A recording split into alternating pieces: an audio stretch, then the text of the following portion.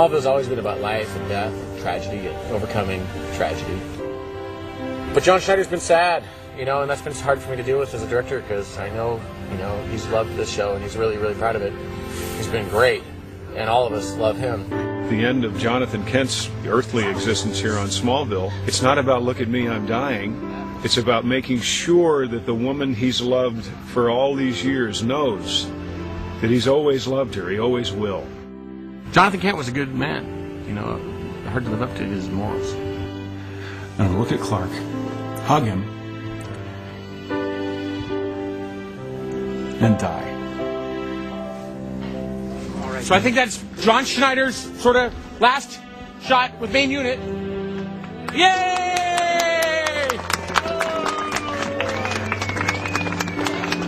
I really enjoy working with everybody that we do the show with. They're great. My words to those of you who remain is to appreciate the time you've been given. Oh, jeez, Steve. Hey, I got no speech in me. I just got tears.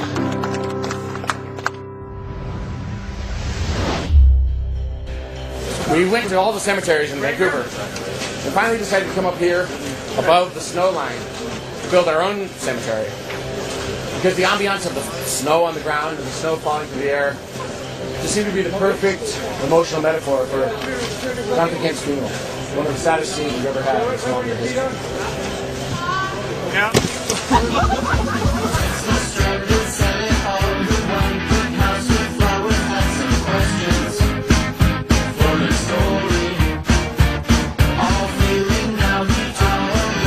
So today we're going to do Jonathan's funeral.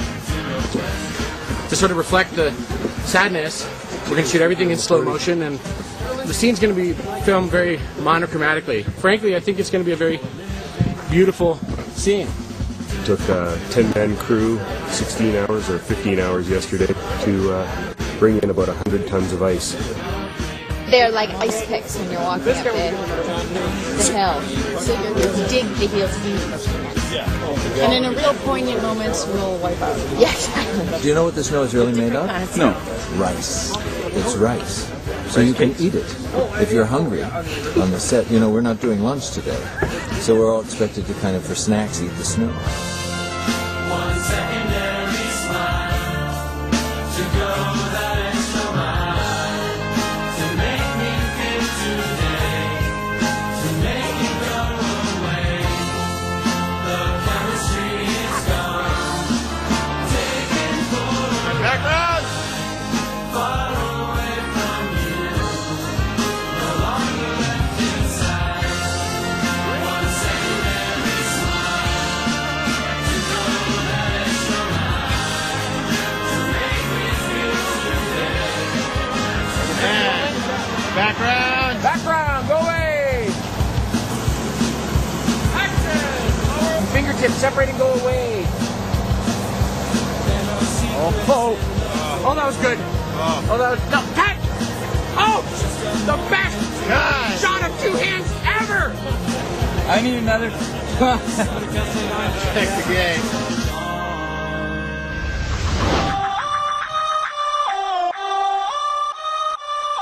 We're doing episode 100. They shoot the show in Vancouver, and the biggest challenge was getting the dailies to us. So we've worked out a system with a company called MediaNet where they digitize them in Canada and upload them on an FTP site where we download them. And it looks like this. This is called a line script.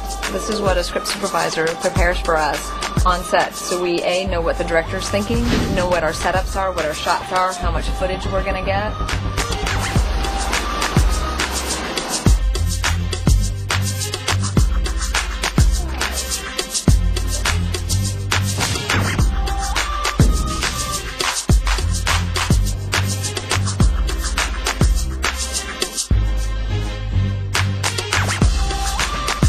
Awesome!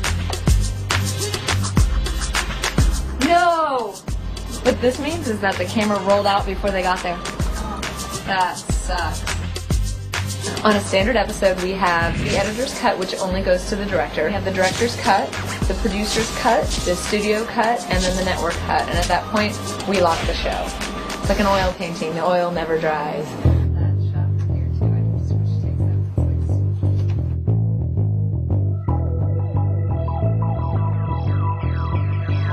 And the editing room was pretty brutal, man. We just brutally go after the film we shot. Anybody who's any good will detach from the film they've shot and attack it. I'm sure the different directors have a different process when it comes to editing. That's hard-hitting TV, man. I'll tell you that. The old cliche is that editing is the final rewrite of the script. Take it and put it all together in a way that maximizes the emotional quality that you're looking for in the show.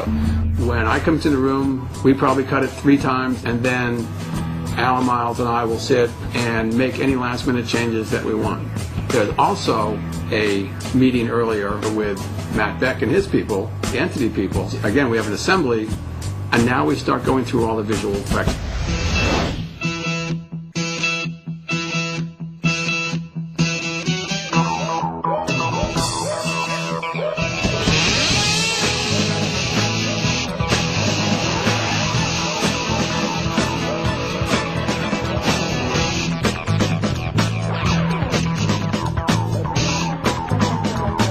I think I want to feel a little bit more of a build in it, right? Like the table is lit up.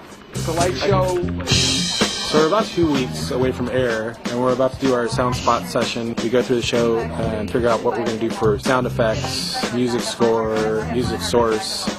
Our music supervisor, Madonna Wade Reed, music editor, Chris McGeary, sound supervisor, Charlie Crutcher, Mike Lachey, our executive producer, Ken Horton, producer, Tim Scanlon, the editor, Andy Armaganian, and myself, Tom Flores. It's about displaying the power, right? Poof! That's right. And it stops on a dime. There's no slowing this train down, right? Okay, do your stuff. 2 female voices at the top. 2 nights to cut, I'll spot 2:30. Just leave it open, and we'll give extra. And then you can jump in and do something you want to do and rip this in. Okay. Sound good? Hi, I'm Michael Lachey. I'm the supervising sound editor on Smallville. What we're doing today is we're doing Loop Group, a collection of voice actors that come in every week with the preparation for the actual show we're doing. We'll then break down spot by spot, almost beat by beat through the entire show, exactly what the group should be doing, but it's the ability of the individual actors in the show who come to the sessions that will allow them to be able to ad-lib and to be able to make a more dynamic presentation because of their own background on the show.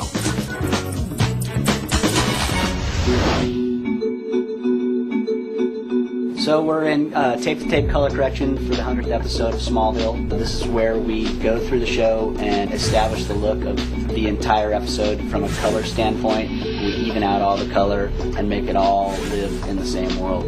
Dan Judy, he's our colorist and has been since episode 1. We do it a lot for certain areas, like when we enhance green kryptonite rocks, or in Vancouver there's a lot of gray skies that we turn blue. It's always beautiful in Smallville.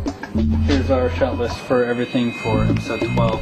We have about 9 2D artists and 6 3D artists working on this episode. Pretty much we get a cut from editorial, and they show us what the sequence look like, and then we break it down by grabbing our visual effect shots.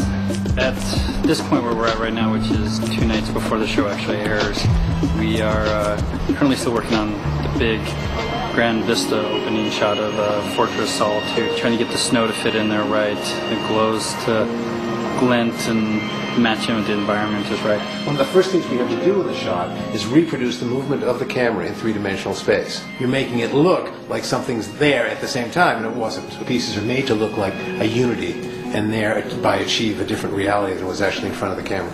There's a lot of reasons to be happy about this episode, you know. Besides being visually beautiful, it's emotionally really gripping.